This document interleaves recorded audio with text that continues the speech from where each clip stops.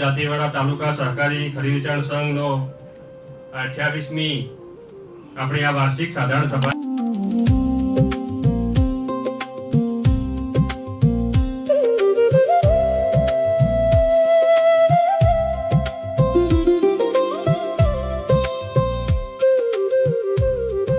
દાંતીવાડા તાલુકા સહકારી ખરીદ વેચાણ સંઘની 28મી સાધારણ સભા દાંતીવાડા યુનિવર્સિટીના SSK હોલ ખાતે યોજાઈ. અને સંસ્થાનો મુખ્ય વ્યવસાય એ રાસાયણિક ખાતરો, બિયારણો અને જંતુનાશક દવાઓનો વેપાર એ આનો મુખ્ય વ્યવસાય છે. અને એમાંથી જે પ્રોફિટ થાય, નફો થાય, એના આધારે આ સંસ્થા ચાલતી હોય છે. આપણે સૌ વર્ષોથી આ સંસ્થા સાથે જોડાયેલા છીએ. ત્યારે આજે વિવિધ ડિપાર્ટમેન્ટ, જે ઇફકો હોય, ક્રિપકો હોય, ગુજકો માસોલ હોય કે અન્ય જે સંસ્થાઓ છે જે તાલુકા સંઘ ખાતે જોડાયેલી છે, જિલ્લા ખરીદ વેચાણ સંઘ હોય, આ બધાના માધ્યમથી, એમના સૌના સહકારથી આપણે દરેક સિઝનની અંદર ખેડૂતોને સમયસર ખાતર બિયારણ મળી રહે એના માટેના પૂરતા પ્રયત્નો આપણે કરીએ છીએ. ખરીદ વેચાણ સંઘના ચેરમેન શ્રી નટુભાઈ ચૌધરીના અધ્યક્ષ સ્થાને યોજાયેલી આ સભામાં તાલુકાભરના આગેવાનો, પ્રતિનિધિઓ અને મોટી સંખ્યામાં ખેડૂતો ઉપસ્થિત રહ્યા.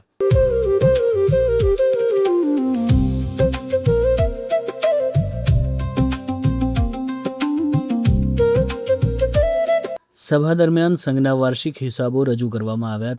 ગત સભાની કાર્યવાહી વંચાણેલી બહાલી આપવા અંગેનો ઠરાવ હતો. એના પછી વર્ષ 2024-25ના વાર્ષિક હિસાબો વંચાણે લીધેલા હતા.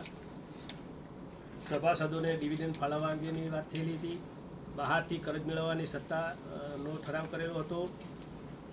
આંતરિક ઓડિટર શ્રીની નિમણૂકનો હતો મુદ્દો, અને વર્ષ દરમિયાન થયેલ કામકાજનો અહેવાલ ધ્યાને લઈ અને આગામી વર્ષનો અહેવાલ તૈયાર કરવા બાબતનો મુદ્દો હતો. પ્રમુખ સ્થાને કોઈ મુદ્દો ના હોય, સભાનું કામકાજ એ વખતે પૂર્ણ કરેલ. તેમજ આવનારા સમયમાં ખેડૂતોની આ સંસ્થાને વધુ મજબૂત અને આત્મનિર્ભર બનાવવા અંગે વિવિધ આગેવાનોએ પોતાના વિચારો વ્યક્ત કર્યા. મને તો અનુભવ છે, એમાં મારે ખાતર, બિયારણના બધું ઘણું જોઈતું હોય છે. લગભગ મોટાભાગનું ને પણ 100% ઈશ્વરભાઈનો, નટુભાઈનો ફોન આવી જાય કે યુરિયા આવી ગયું છે અને મગફળીનું બિયારણ આવી ગયું છે, એટલે અહીંથી જ ખરીદવાનું થાય છે. એટલે મારી તમને બધાને બી વિનંતી છે કે આપણો સંઘ છે તો એની પાસેથી જ આપણે ખરીદવું જોઈએ.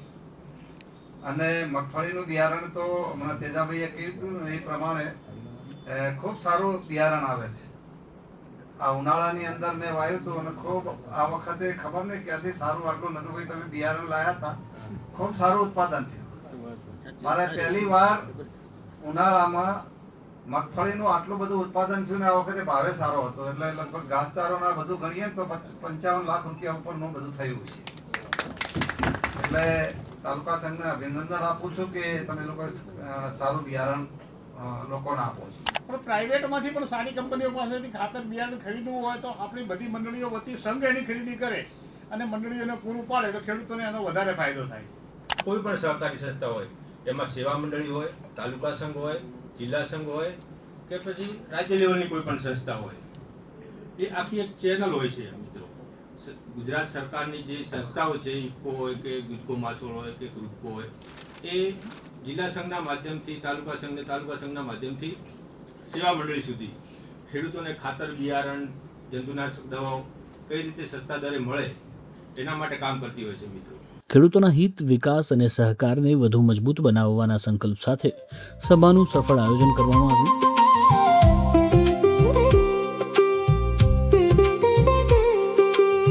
દાંતીવાડા તાલુકા સહકારી ખરીદ વેચાણ સંઘના ચેરમેન શ્રી નટુભાઈ ચૌધરી તથા તેમની સમગ્ર સભ્ય કમિટીના 5 વર્ષના કાર્યકાળ દરમિયાન યોજાયેલી આ અંતિમ સાધારણ સભા સંસ્થાની વિકાસ યાત્રાનું પ્રતિબિંબ બની રહી. છેલ્લા 5 વર્ષ દરમિયાન ચેરમેન અને તેમની સમગ્ર ટીમે કુશળ વહીવટ, પારદર્શક કામગીરી અને દૂરંદેશી આયોજન દ્વારા સંસ્થાને વધુ મજબૂત અને પ્રગતિશીલ બનાવી છે. વેચાણના વર્ષવાર આંકડા પણ દર્શાવે છે કે સંસ્થાએ સતત વિકાસની દિશામાં નોંધપાત્ર પ્રગતિ નોંધાવી છે, જે તેમની સફળ આગેવાની અને ટીમવર્કનો પુરાવો છે.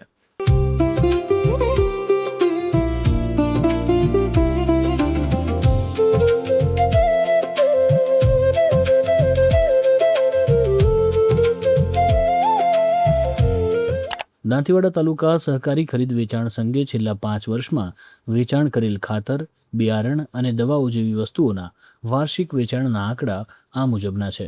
વર્ષ 2021-22માં 11.87 કરોડ, વર્ષ 2022-23માં 13.17 કરોડ, વર્ષ 2023-24માં 19.86 કરોડ, વર્ષ 2024-25માં 36.3 કરોડ, વર્ષ 2025-26માં 19.1 કરોડ.